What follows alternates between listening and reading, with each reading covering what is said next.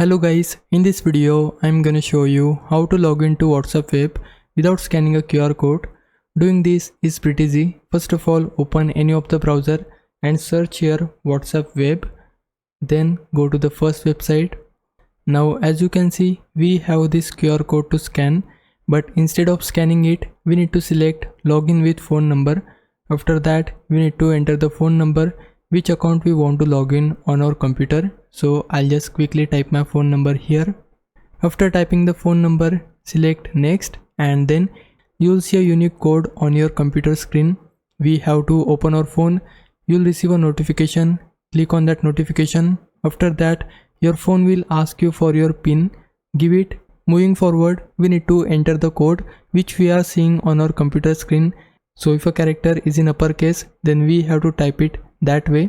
After typing the code successfully, it will automatically log in your mobile account on your WhatsApp web.